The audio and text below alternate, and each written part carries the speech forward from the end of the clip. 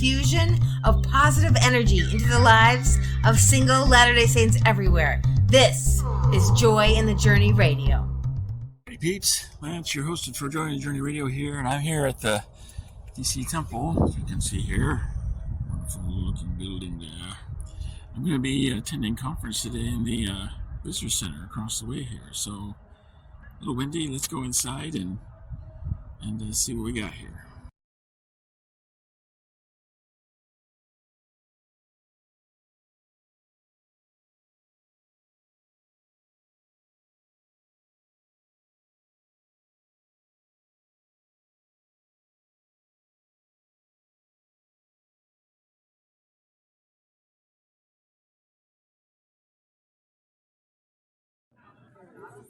Okay, so we're here at the DC Temple Visitor Center. I'm here with two sister missionaries. We just got done watching the first session of conference.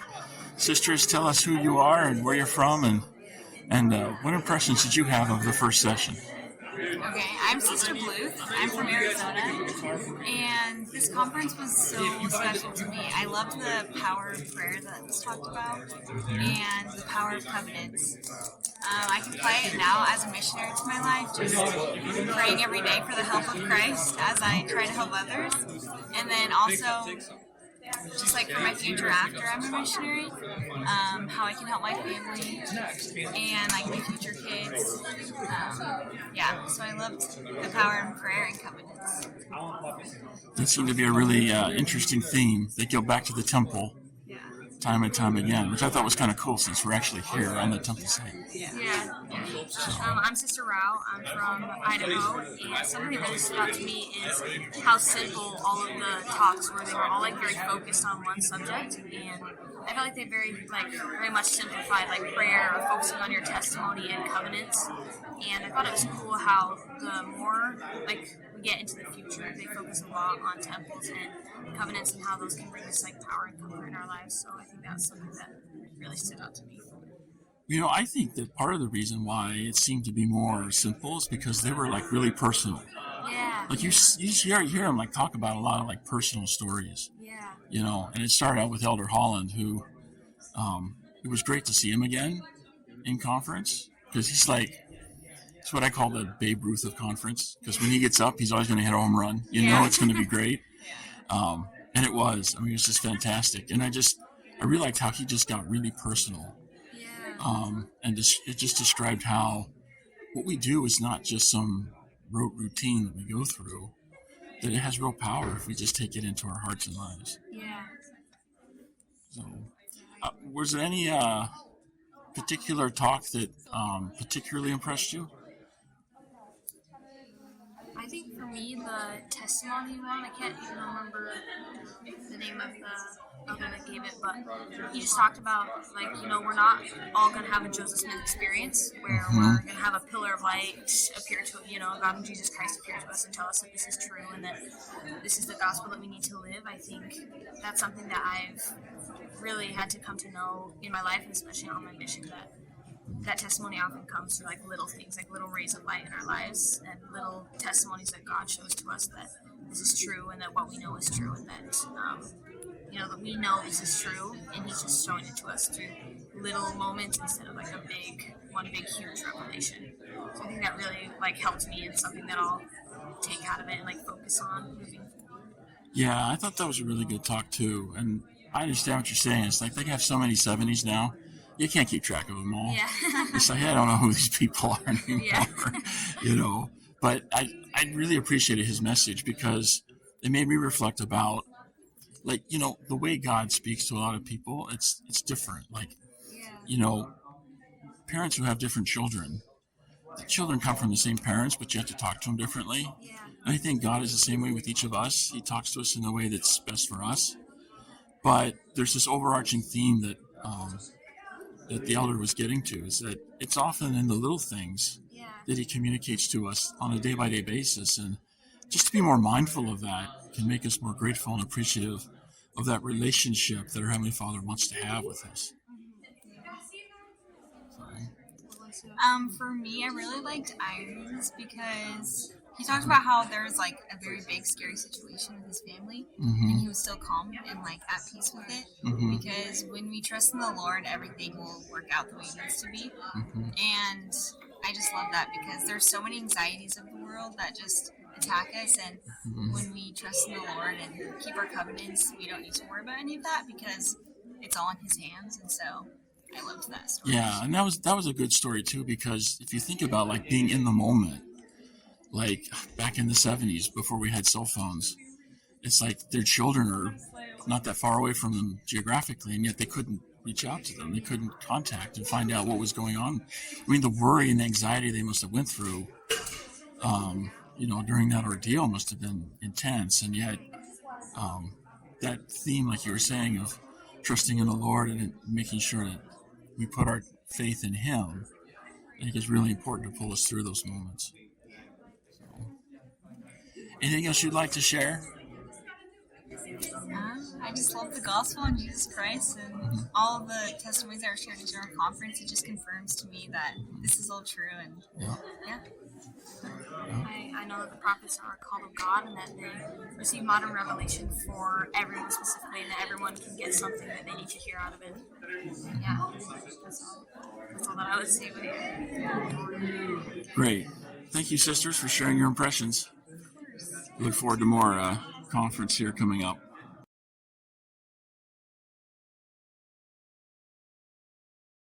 Started. Okay, so we're here. We just finished the second session. I'm here with 3 elders here at the Visitor Center. And why don't we just start? Tell us your name, where you're from, and give us your kind of like what stood out from you from this session.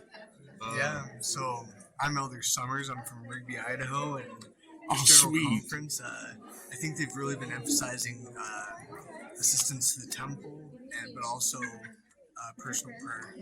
That's sweet, man. My grandparents are from Rigby, so I know that area well. I'm Elder Rebecca from Las Vegas, and I think the thing that stood out to me the most is the temple attendance, but I think especially quoting and using quotes from President Russell Nelson. I think that just shows that everyone's respect for him and they're sustaining of him.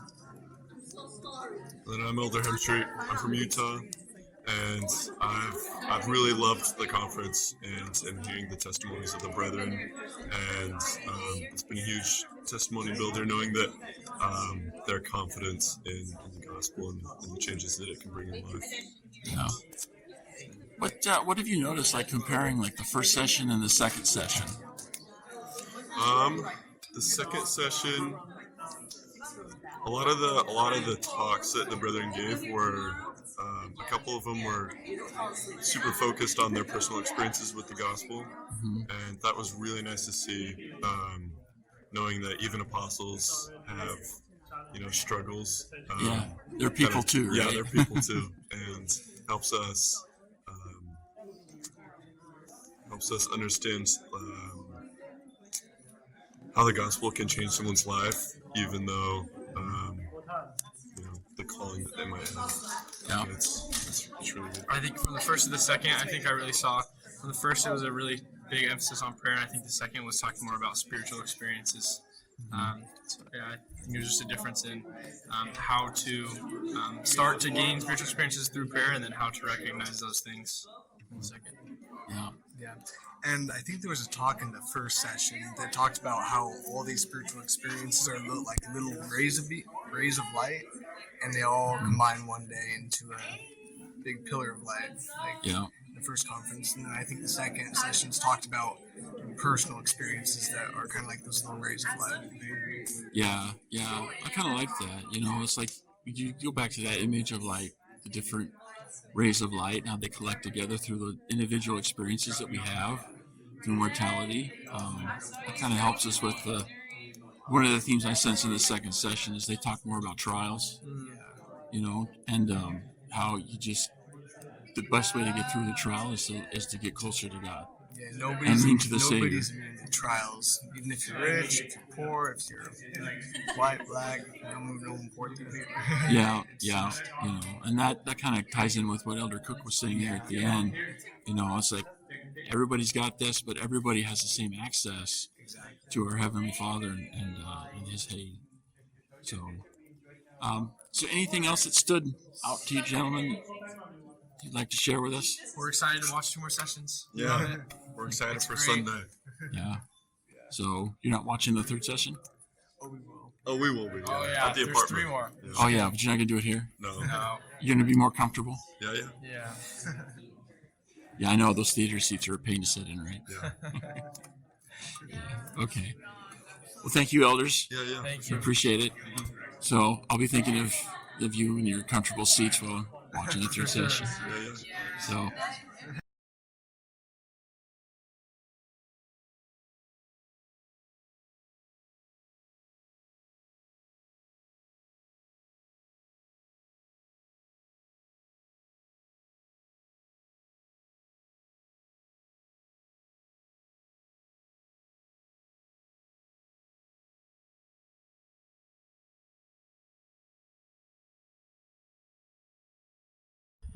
Yeah, here we are again. Back here for day 2. And what a sunny day. Very sunny day. So let's go inside and check this out. Hey peeps. So I was going to get some impressions after the 4th session here Sunday morning. It's a beautiful day outside. And I thought it would be really cool to get some impressions from people, but I just feel prompted to move in a different direction. So I'm going to go see some friends of another faith in between conference sessions today. So I'm going to get started here, and I'll tell you later how it turns out.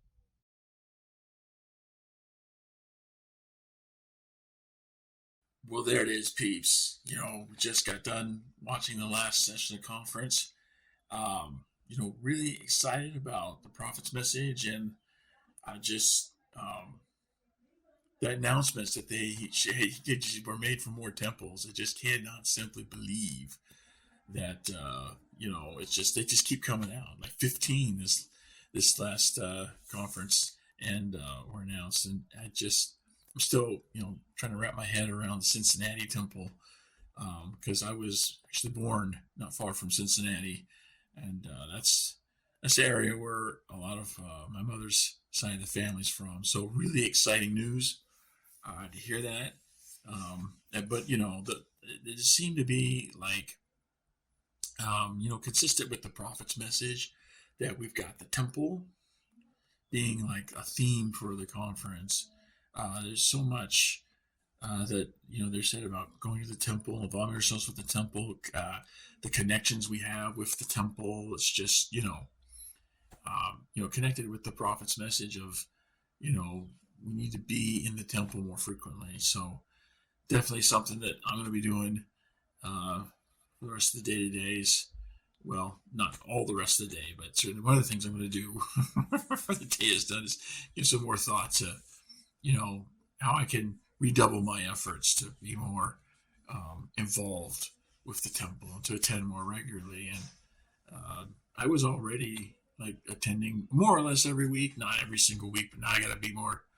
I've heard the call to repentance, and I got to be more diligent with that. So hopefully you got something out of conference that was ennobling and inspiring, and if you were listening at all with an honest heart, you should have gotten that through the Spirit. So yeah, I'm just amazed at conference. So a couple things for wrap up here. So first, I want to give an update on this friend of another faith I went to go visit in between conference sessions today. So I went to go visit, and it was a good visit. I thought I was going to get invited inside the house, but my friend basically came outside, and we had a chat outside. And I was just like, man, what's going on with this? And it's like some friend, right? I don't even let you inside. But then, I asked about his wife because, like a week and a half when I last came by, his wife wasn't feeling too well. And so I thought maybe he'd keep me out because of his wife. And sure enough, I asked, and yeah, that's what was going on. Not feeling well at all. And so yeah, it was a good visit.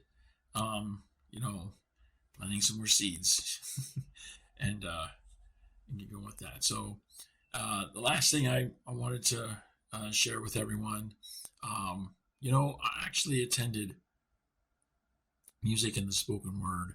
I got there to the visitor center this morning early so I could watch music and the spoken word. And normally I'm there on the chat because I like seeing the chat when I watch music and the spoken word. But today I decided I gotta go with the big screen, so I went, you know, to the visitor center to catch it on the big screen.